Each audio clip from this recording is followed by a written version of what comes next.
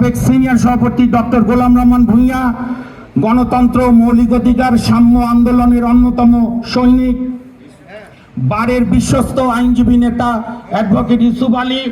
তার পাশে রয়েছেন বারের সাবেক সিনিয়র সহসভাপতি, বিশিষ্ট আইনজীবী, সজ্জন আইনজীবী অ্যাডভোকেট জালাল উদ্দিন। রয়েছে ছাত্র জীবন থেকে যিনি গণতন্ত্র স্বাধীনতা আন্দোলনের অকুতোভয় সৈনিক, আইনজীবী হিসাবে নির্যাতিত এবং মজলুম জনগণের আইনজীবী নেতা অ্যাডভোকেট তাজুল ইসলাম। রয়েছেন আরেক, অনেকে বলে সিনিয়র, আমরা বলি চিরতরুণ, সুপ্রিম কোর্ট বার অ্যাসোসিয়েশনের সাবেক সিনিয়র নির্বাচিত সহসভাপতি, আমাদের অভিভাবক। এই যে গতবার কোর্ট খোলার আন্দোলনে, সৈয়দ মাহমুদ হোসেনের বিরুদ্ধে আন্দোলনে তিনি আমাদেরকে বটবৃক্ষের মতো ছায়া দিয়েছেন, জনাব অ্যাডভোকেট আসাদুল্লাহ সহ অন্যান্য আইনজীবী নেতৃবৃন্দ। আমার সর্ববামে ডানে আমাদের আইনজীবী নেতা অ্যাডভোকেট বাইসরে মাহবুবউদ্দিন খোকন, বারের সুযোগ্য সভাপতির পাশে রয়েছেন আরেক বারের সিনিয়র নির্বাচিত সহসভাপতি, আইনজীবীদের ইন্টেলেকচুয়াল নেতা হিসেবে যিনি খ্যাত, ডক্টর রফিকুল ইসলাম মেহেদি। রয়েছেন একটি বিষয় অনেকে আপনারা জানেন না, অনেকে আছে প্রচারমুখী, কিন্তু প্রচারের বাইরে থেকে যিনি আইনজীবীদের আন্দোলনকে সংগঠিত করেন, সেই এরশাদের স্বৈর শাসনের বিরুদ্ধে শামসুল হক চৌধুরীর সঙ্গে আন্দোলন সূচনা করেছিলেন সুপ্রিম কোর্ট বারের সাবেক সম্পাদক, আইনজীবীদের অকুতোভয় নেতা আলহাজ এবিএম গিয়াসউদ্দিন আহমেদ। রয়েছেন আরেক সহসভাপতি, সজ্জন আইনজীবী নেতা সংগ্রামী অ্যাডভোকেট খালেদ আহমেদ। তার পাশে রয়েছেন আরেক আইনজীবী নেতা, ভাই একটু সামনে আসেন, বীর মুক্তিযোদ্ধা অ্যাডভোকেট অলিউর রহমান খান সহ আমাদের সুপ্রিম কোর্ট বারের সাবেক সহ সম্পাদক, সেই 2013-14 যিনি মাহবুবউদ্দিন খোকন সাহেবের যখন জেলে, তার অনুপস্থিতিতে ভারপ্রাপ্ত সম্পাদক হয়ে বারকে নেতৃত্ব দিয়েছেন জনাব এবিএম রফিকুল তালুকদার রাজা। আমি আরেক দুই সূর্য সন্তানদের নাম বলিনি, এই যে নুরুল দিনের, রংপুরের আবু সাইদের পুণ্যভূমিতে জন্ম নেওয়া শহীদের অ্যাডভোকেট শফিকুল ইসলাম, বার কমিটির মেম্বার নির্বাচিত অ্যাডভোকেট ফাতেমা খাতুন, আমাদের সাবেক সহ সম্পাদক আইনজীবীদের নেতা advocate Saifur Rahman, advocate Riyad, advocate Durbar সহ, অ্যাডভোকেট পারভেজ হোসেন সহ, অ্যাডভোকেট মোস্তফা রুশো সহ, মহিউদ্দিন খান সহ, আমাদের বড় ভাই, আমাদের অন্যতম অভিভাবক অ্যাডভোকেট মনির হোসেন সহ সকল আইনজীবী নেতৃবৃন্দ, সাধারণ আইনজীবীদের সম্মেলন। এখানে আমাদের লিখিত বক্তব্যের পরই আমাদের বারের সভাপতি কিছু বলবেন সংক্ষেপে, তারপরে কোনো প্রশ্ন থাকলে করবেন। এখন আনুষ্ঠানিকভাবে সভা শুরু করার জন্য আমি অনুরোধ জানাচ্ছি সিনিয়র অ্যাডভোকেট মোহাম্মদ মহসিন রশিদ সাহেবকে। ধন্যবাদ মামুন। মামুনের পরিচয় তো সবাই আপনারা জানেন, সহ সম্পাদক বলছে, বাট আমার মনে হয় সে বারের একজন খুবই গুরুত্বপূর্ণ নেতা, যে বারের সংস্কার করার জন্য অনেক চেষ্টা করছে। এবং এর আগে যে ওই চোরদের সময়, ওই যে দুলাল টুলাল যে চোর, ওদের সময় যে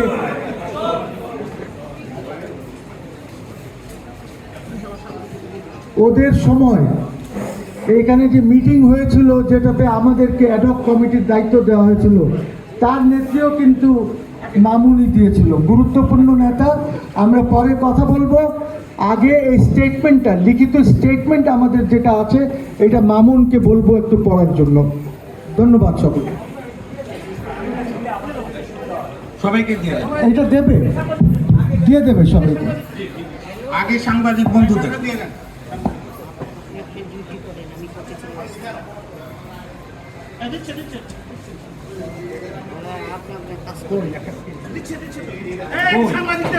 সাংবাদিকদের আগে দাও।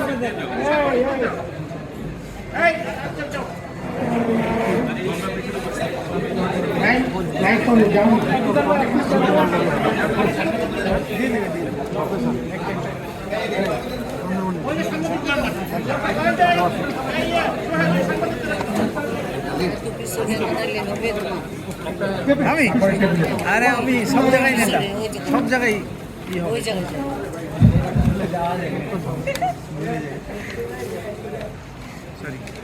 প্রিয় সাংবাদিক বন্ধুরা, সুপ্রিয় সাংবাদিক বন্ধুরা, আপনি কোন সাংবাদিক? লাল বসন্তের মাধ্যমে অর্জিত দ্বিতীয় মুক্তিযুদ্ধের বাংলাদেশে সুপ্রিম কোর্ট বারের সদস্যবৃন্দের পক্ষ থেকে আপনাদেরকে জানাই আন্তরিক শুভেচ্ছা এবং অভিনন্দন।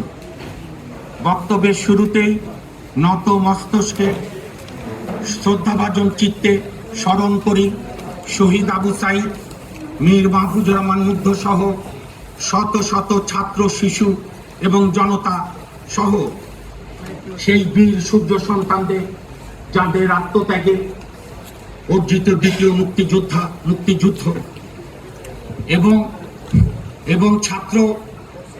এবং ছাত্র জনতার ঐতিহাসিক ঐক্যবদ্ধ গণ আন্দোলনে পদত্যাগ করে দেশ ছেড়ে পালিয়েছে একবিংশ শতাব্দীর কুখ্যাত রক্ত পিপাসু ফ্যাসিস্ট গণহত্যাকারী শেখ হাসিনা।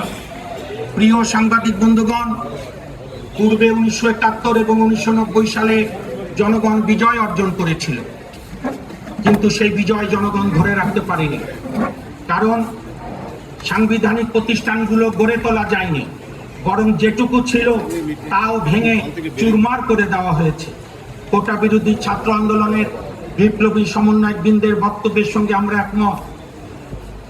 রাষ্ট্রের সমস্ত সাংবিধানিক প্রতিষ্ঠানগুলো পুনর্গঠন করে ঢেলে সাজানো না হলে ফ্যাসিবাদী শক্তিকে চিরস্থায়ীভাবে বাংলাদেশ থেকে বিদায় করা যাবে না।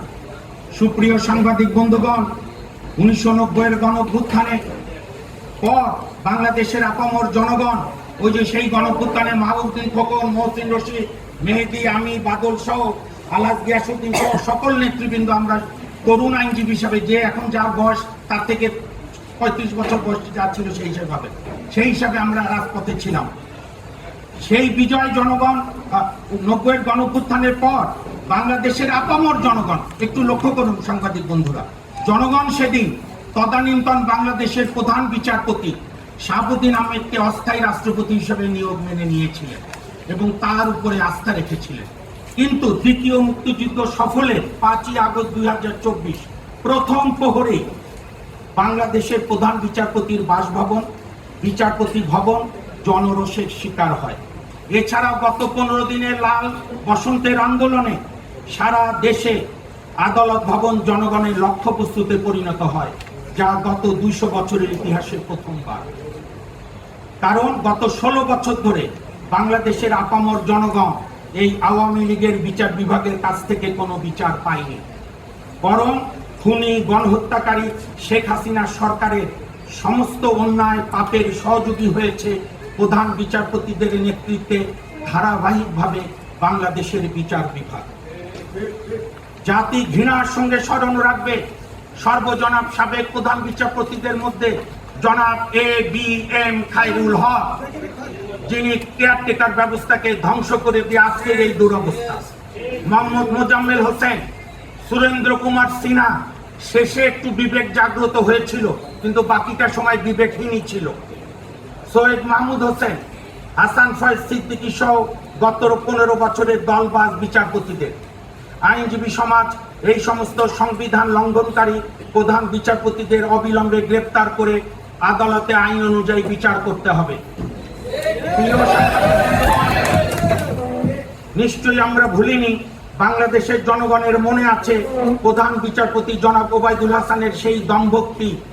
রাজপথে আন্দোলন করে কি কোর্টের রায় পরিবর্তন করা যায়?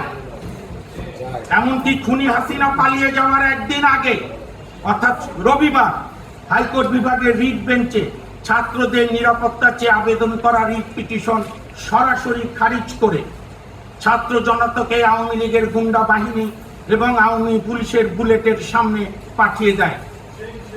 এই ঘটনা এবারই নয়, 28 অক্টোবর দেশের রাজনৈতিক দলগুলোর মহাসমাবেশে ক্র্যাকডাউনের পর 7 জানুয়ারি 2024 বাকশাল মার্কা নির্বাচনের আগ পর্যন্ত জনগণের বিচার পাবার অধিকার রুদ্ধ করে রেখেছে। এমনকি এই কোটা আন্দোলনের মাঝখানে, অর্থাৎ ফ্যাসিস্ট হাসিনা পলাতকের আগের সপ্তাহে আমাদের বারের একজন সদস্য AKM হানিফ বেলাল, তার আইন, তাকে ষড়যন্ত্রমূলক এই সরকার, বিদায়ী সরকার মামলা দিয়েছে, পতিত সরকার। সেই মামলার হিয়ারিং করতে গেলে দলবাজ বিচারপতি আবু তাহের মোহাম্মদ সাইফুর রহমান এবং বিচারপতি মোহাম্মদ আতাবুল্লাহ শুনানি শুনবে না, আমার 28 বছরের প্র্যাকটিসে আনহার্ড অফ, আপনি জামিন দেন না দেন আপনাদের অধিকার। পরিষ্কার বলল, আমরা কোটা বিষয় শুনবো না, অনেক প্রতিষ্ঠান ভেঙে গেছে। এই ধরনের বিচারপতিদের জনগণ এক মুহূর্তের জন্য চায় না। জনাব ওবায়দুল হাসান প্রধান বিচারপতি পদে নিয়োগ পাওয়ার সঙ্গে সঙ্গে মধ্য জুলাই গণহত্যার অন্যতম খুনি শেখ হাসিনার লালিত পালিত হেলমেট লীগ বলে জনধিকৃত ছাত্রলীগের সভাপতি সাধারণ সম্পাদকের কাছ থেকে ফুলের শুভেচ্ছা গ্রহণ করেছিল। শুধু তাই নয়, ভাতের হোটেলের ম্যানেজার কুখ্যাত খুনি ডিবি হারুনের কাছ থেকে তলোয়ার গ্রহণ ছাড়াও নিজ জেলা নেত্রকোনায় আওয়ামী লীগের কাছ থেকে সংবর্ধনা গ্রহণ করেছিল। আপিল বিভাগের দলবাজ বিচারপতিদের মধ্য থেকে কেউ কেউ নিজেদেরকে শপথবদ্ধ রাজনৈতিক বিচারপতি হিসেবে অভিহিত করেছিল। বলছি, যে আপিল বিভাগ পলাতক শেখ ফজল নূর তাপসের বিরুদ্ধে, বন্ধুগণ আমি 30 সেকেন্ডে ভূমিকা বলবো। আমাদের মহসিন রশিদ সাহেব, বাদল সাহেব ওনাদেরকে অনুরোধ করেছিল 1 থেকে 7 জানুয়ারি বাকশাল নির্বাচনের সময় কোর্ট যাব না, অনুরোধ করেছিল মামলা নষ্ট না করতে। তাদের দুজনকে কন্টেম করে প্রফেশন বন্ধ রেখে আপনারা দেখেছেন কিভাবে পুলিশের ওসির মতো আপিল বিভাগে তাকে মানসিক নির্যাতন করেছে। আমি একটা ছোট্ট সমালোচনা করেছিলাম যে আরো বেঞ্চ দরকার, এটা কি মকারি? তার জন্য আমার আপনার করোনার মধ্যে আমার বাসার চুলা নিভে গিয়েছিল, আমার পেশা বন্ধ রেখেছিল। এই যে ব্যারিস্টার আশরাফ দুর্নীতির বিরুদ্ধে কথা বলায় আজ তার পেশা বন্ধ। আমাদের আরো আইনজীবী 7 নেতা যিনি মারা গেছেন কন্টেম মাথায় নিয়ে, আমাদের বাংলাদেশের প্রথম অ্যাটর্নি জেনারেলের পুত্র, নিজেও অ্যাটর্নি জেনারেল ছিলেন, বারের সাবেক সভাপতি, অত্যন্ত সজ্জন মানুষ, এই যে মোহাম্মদ আলী, কন্টেম নোটিশ মাথায় নিয়ে তিনি মৃত্যুবরণ করেছেন। আর যেখানে ফজলে নূর শেখ তাপস কুখ্যাত গুন্ডা খুনি বিনা ভোটে মেয়র, সে যখন বলল প্রধান বিচারপতিকেও নামিয়ে দিয়েছিলাম, কোথায় মুগুর মারতে হয় আমি জানি, বুড়িগঙ্গায়। এই বাদল সাহেব, মহসিন সাহেব, খোকন সাহেব, আমরা সবাই চেম্বার জজে মামলা করতে ঢুকতে পারি না। আমার বাবাকে হুমকি দেয় যে ছেলেকে আর পাবেন না। সেই তাপসের বিরুদ্ধে যে বিচার বিভাগ সামান্য একটা নোটিশ জারি করার সাহস পায় না, সেই বিচার বিভাগ আমাদের দরকার নাই। মানে বিচার বিভাগ আছে ওই বিচারপতিদের। আইনের শাসন, আমি শেষে এসে গেছি। আইনের শাসন, গণতন্ত্র, মানবাধিকার, সাম্য, সামাজিক ন্যায় বিচার এবং মানবিক মর্যাদার বাংলাদেশ গড়তে হলে বাংলাদেশ সুপ্রিম কোর্টের আমূল পুনর্গঠন ছাড়া জনগণের বিজয় নস্যাৎ হয়ে যাবে।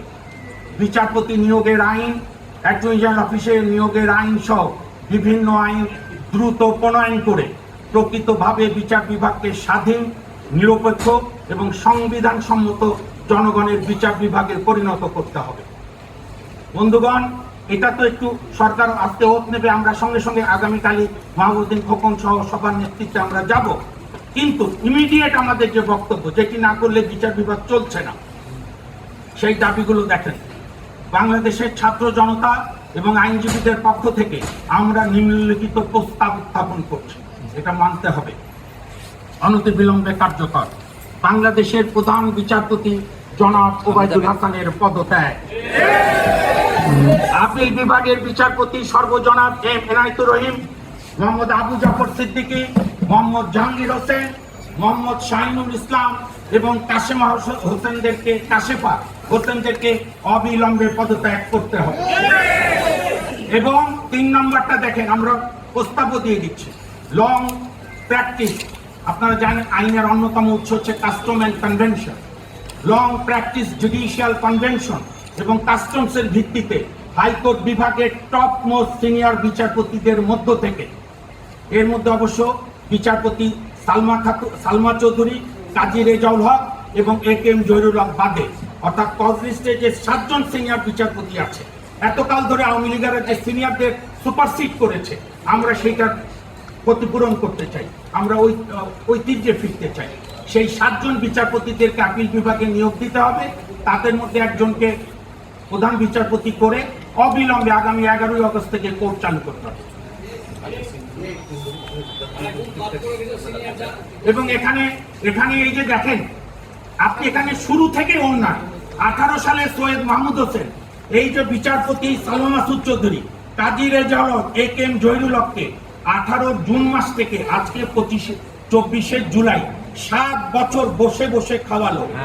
এক একজনের বেতন, গাড়ি, পিয়ন, আপনি জানেন এই যে তাদের অভিযোগ আমরা জানলাম না। প্রশ্ন করলে বলে প্রশ্ন করলে সাধারণ আইনজীবীরা জানেন না তাদের কি অবস্থা, কি অপরাধ সম্মুখে প্রকাশ করতে হবে। আমরা প্রশ্ন করলে বলে যে NSI ডিসি তুলে নিয়ে যাবে DJFI কি আয়না ঘরে। আমরা প্রশ্ন তুলেছিলাম। গত 16 বছর ধরে ছাত্রলীগের জঙ্গি ক্যাডার বাংলাদেশের জনপ্রিয় শহীদ রাষ্ট্রপতি জিয়াউর রহমানের ছবি ভেঙে ফেলা, এগুলো হচ্ছে জজ হওয়ার ক্রাইটেরিয়া ছিল ফ্যাসিস্ট হাসিনা রহমান। আওয়ামী লীগ নেতা নেত্রীদের পদলেহ, বিশেষ করে সুপ্রিম কোর্টকে ধ্বংসকারীদের অন্যতম খলনায়ক শেখ ফজলুল তাপসের মুসাইবি করে। আরেকটা আমরা লিখিনি, আমরা মূল্যায়নও করেছি ন্যায় বিচারের ভিত্তিতে, নির্মমভাবে কোনো পক্ষপাতে না গিয়ে তাদের কন্টিনিউয়াস সংবিধান বিরোধী কার্যক্রম লক্ষ্য করে দুর্নীতি করে হাইকোর্টের সিটিং 50 জন বিচারপতিকে অপসারণ করতে হবে অনতিবিলম্বে। আমরা তালিকা আমাদের সিনিয়ররা আরো এডিট করছে, সেটা আমরা 3টার মধ্যে আপনাদের কাছে পৌঁছে দেব, নতুন সরকারকে রাতেই পৌঁছে দেব। এটারও সমাধান আমরা দিয়ে দিচ্ছি এই সবার পক্ষ থেকে। রক্তের আখরে লেখা সংবিধানের অনুচ্ছেদ 95 অনুযায়ী কোনো অ্যাডহক লাগে না।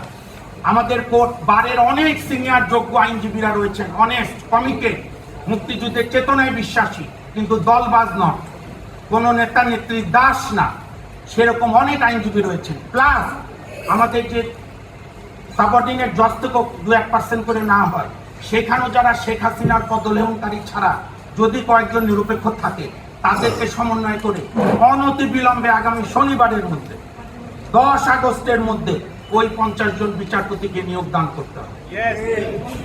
6, বাংলাদেশের, এটা আমি আপনাদেরকে খুব অনুরোধ করছি, এটি যেন ভালো মতো আপনারা বলেন, বাংলাদেশের অ্যাটর্নি জেনারেল হবেন সেই ব্যক্তি যিনি শুধু খ্যাতি সম্পন্ন আইনজীবী নন, সৎ, দক্ষ, জনবান্ধব, নিরপেক্ষ, আর যে ভাইরাসগুলো একেবারে থাকবে না, দলবাজ না, আমার দলের হলেও না।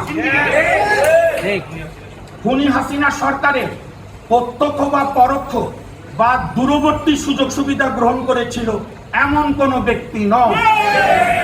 এবং আরেকটি বিষয় বলি, 91-তে শাহাবুদ্দিন সাহেব তত্ত্বাবধায়ক হওয়ার পরে বার অ্যাসোসিয়েশনের সঙ্গে আলাপ না করে তিনি বিচারাঙ্গনে কোনো নিয়োগ দেয়নি। আমি আমাদের আগত সরকারকে অনুরোধ করব, আমাদের বারের সভাপতি জনাবে মাহবুদ্দিন খোকন সাহেব আছেন, ওনার সঙ্গে আমরা আছি, আমাদের প্রতিনিধির সঙ্গে আলাপ না করে কোনো নিয়োগ দেওয়া যাবে না। তাহলে সেইটা হবে শেখ হাসিনার অনুসরণ, এই গণ আন্দোলন, এই লাল বিপ্লবের সঙ্গে প্রতারণা হবে। আমরা আমাদের সন্তানদের রক্তে ভেজা এই আন্দোলন এবং দ্বিতীয় মুক্তিযুদ্ধ বৃথা যেতে দেব না। সর্বজন শ্রদ্ধেয় বাংলা মায়ের সূর্য সন্তান নোবেল জয়ী ডক্টর মোহাম্মদ ইউনূস সাহেব যে প্রধান উপদেষ্টার পদ গ্রহণে সম্মত হয়েছেন, সেই জন্য তাকে গভীর শ্রদ্ধা এবং আন্তরিক অভিনন্দন জানাচ্ছি। তার নেতৃত্বে সরকার গঠনের, সরকারের শপথ গ্রহণের 24 ঘন্টার মধ্যে সুপ্রিম কোর্ট বারের সভাপতি মাহবুদ্দিন খোকন, মহসিন রশিদ সহ আমাদের সকল নেতার নেতৃত্বে সরকার প্রধান এবং আইন উপদেষ্টার সঙ্গে দেখা করে আমরা এই বক্তব্য জমা দিয়ে আসবো আগামীকালে। আমরা বিজয়কে ছিনিয়ে নিতে দেব না। আমরা চাই স্বাধীন বিচার বিভাগ। আমরা দৃঢ়ভাবে বিশ্বাস করি, আমি শেষ লাইনে এসেছি, শত শত শহীদের রক্তে ভেজা লাল বসন্তের লাল হয়ে ছাত্র জনতার মেলবন্ধনে বিপ্লবের মাধ্যমে গড়ে ওঠা নতুন সরকার নিশ্চয়ই ছাত্র জনতা আইনজীবীর প্রস্তাব সমূহ গভীরভাবে অনুধাবন করে আইনজীবীদের সঙ্গে আলাপ আলোচনা করে বিচার বিভাগকে সংবিধান ও জনগণের বিচার বিভাগে পরিণত করবেন। আমরা আইনজীবী সমাজ ছাত্র গণ আন্দোলনের সঙ্গে রাজপথে আছি এবং থাকব। এবং আরেকটি ঘোষণা, সমস্ত রাষ্ট্রীয় প্রতিষ্ঠানগুলো মেরামত না হওয়া পর্যন্ত সুপ্রিম কোর্ট, বার এবং আমরা রাজপথ থেকে বাসায় ফিরে যাব না। সকলকে ধন্যবাদ। আর এই যে ফ্যাসিবাদ কিন্তু একটা চক্র, সেই ফ্যাসিবাদের বিচার বিভাগের সঙ্গে আমাদের বারের কিছু কুলাঙ্গার সদস্য যে খোকন সাহেব বলবে যে ভাবে আমাদেরকে নিপীড়ন করেছে, সরকারকে ফ্যাসিবাদ হতে সহায়তা করেছে, তাদের তালিকাটা ব্যারিস্টার এম আশরাফুল ইসলাম এখন করছে। তাহলে কিন্তু দেখেনি আন্দোলনের অর্জনকে শেষ করে দেওয়ার জন্য আমি এটা তাদের এজেন্ট, আওয়ামী লীগের এজেন্ট। আমি অনুরোধ করতে চাই সারা বাংলাদেশে হিন্দু, মুসলমান, খ্রিস্টান, বৌদ্ধ সবাই আমরা ভাই ভাই, সবাই বাংলাদেশ। এখানে কোন রকম সহিংসতা করা যাবে না, শান্ত থাকতে হবে। ছাত্র ভাই বোনেরা যে যেখানে আছেন, নিজ এলাকায় আছে, আইনজীবী ভাই বোনেরা, জনগণ সবাই অনুরোধ করতে চাই এইসব এদের বাড়ি পাড়া দিতে হবে, মন্দির মন্দির পাড়া দিতে হবে, বৌদ্ধদের গির্জা পাড়া দিতে হবে, এবং যে কোনো রকম উচ্ছৃঙ্খল আচরণ আমরা মনে করি অর্জনকে ক্ষতিগ্রস্ত করবে। এবং